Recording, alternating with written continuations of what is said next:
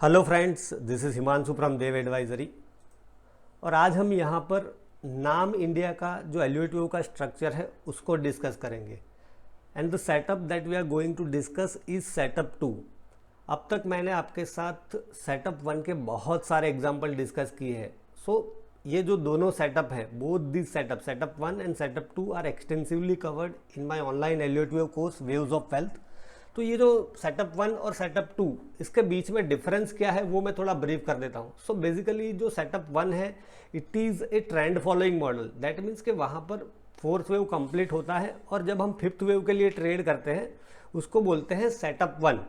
सो वहाँ पर हम जो ट्रेड लेते हैं वो जो डोमिनेंट ट्रेंड है उसकी दिशा में ही होता है, तो वो एक ट्रेंड फॉलोइंग मॉडल है।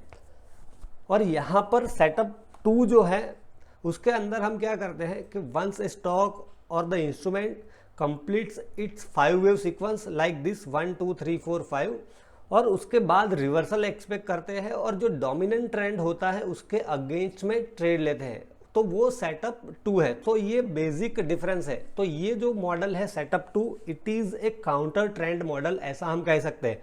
तो यहाँ पर कुछ टूल्स का भी यूज़ करते हैं हम यहाँ पर कि ये जो 3 और 4 लेवल 3 और 5th जो मैंने लेबल किया है तो उसको किस तरह से डिफरेंशिएट करना है और सेटअप 2 के अंदर हमें क्या देखना चाहिए, वो कुछ टूल्स है वो हम बाद में देखेंगे।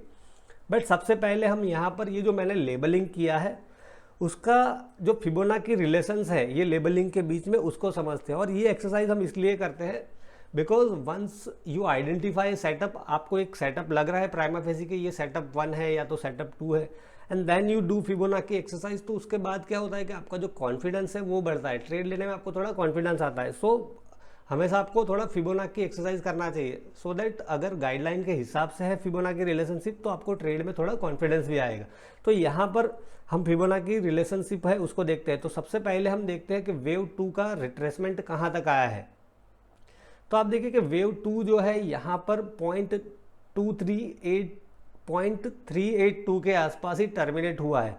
आइडियली वेव 2 जो होता है वो काफ़ी शार्प होता है, उसका जो रिट्रेसमेंट होना चाहिए generally that should be around 0.618 0.786 ऐसा होना चाहिए, बहुत ही शार्प होता है। बट यहाँ पर हमने देखा कि ये जो वेव 2 जो हमने लेबल किया इट इज़ सैलो।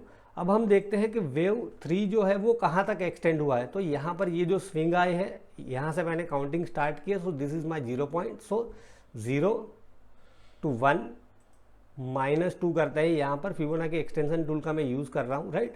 तो आप देखिए कि यहाँ पर वेव 3 जो है वो एग्जैक्टली 1.75 जो एक्सटेंशन लेवल है उसके आसपास ही टर्मिनेट हुआ है। So this is perfectly fine and this is perfectly in accordance with the guidelines of wave principle. सो यहाँ पर हमने देखा कि वेव 2 जो था इट वाज सेलो और वेव 3 का जो एक्सटेंशन था दैट वाज 175% ऑफ वेव 1। अब हम देखते हैं कि वेव 4 जो है वो कहाँ तक रिट्रेस हुआ है। तो आप देखिए कि यहाँ पर वेव 4 का हम रिट्रेसमेंट ले तो it is around 50%।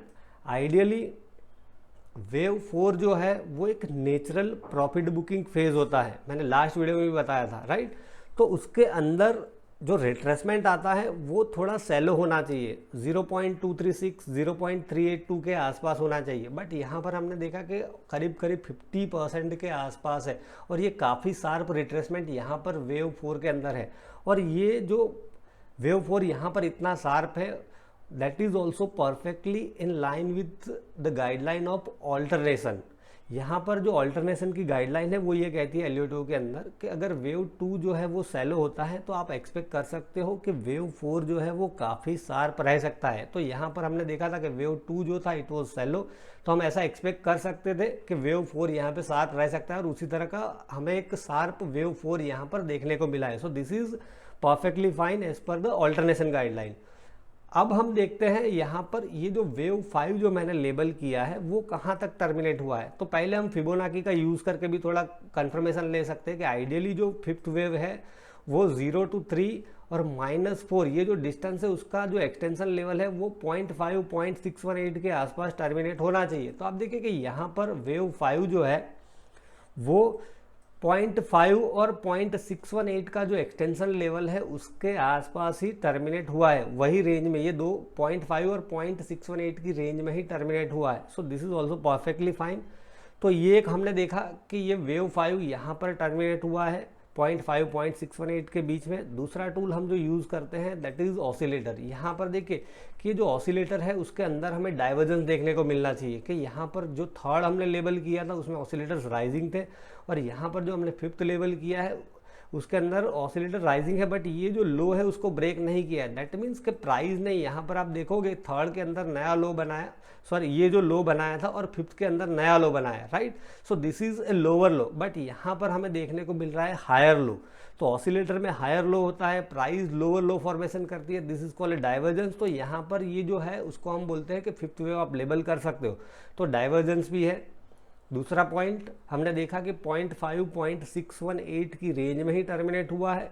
And most importantly अब हम जो डिस्कस करने वाले हैं दैट इज़ ये जो पैटर्न है जो फिफ्थ वेव है उसके अंदर, that is an ending diagonal. ये एंडिंग डायगनल जैसी पैटर्न मुझे यहाँ पर लग रही है, और एंडिंग डायगनल जो है it is a terminating pattern, वो जनरली वेव 5 या वेव सी के अंदर ही होती है, राइट। तो यहाँ पर हम देखें कि वेव 5 के अंदर ये एंडिंग डायगनल जैसी पैटर्न हमें देखने को मिल रही है। ट्रेडिशनल टेक्निकल एनालिसिस के अंदर हम उसको बोलते हैं फॉलिंग वेज। और यहाँ पर ये जो फॉलिंग वेज था उसके बाद यहाँ से मतलब ये फॉलिंग वेज की जो लाइन है यहाँ से उसने ऑलरेडी ब्रेकआउट दे दिया है।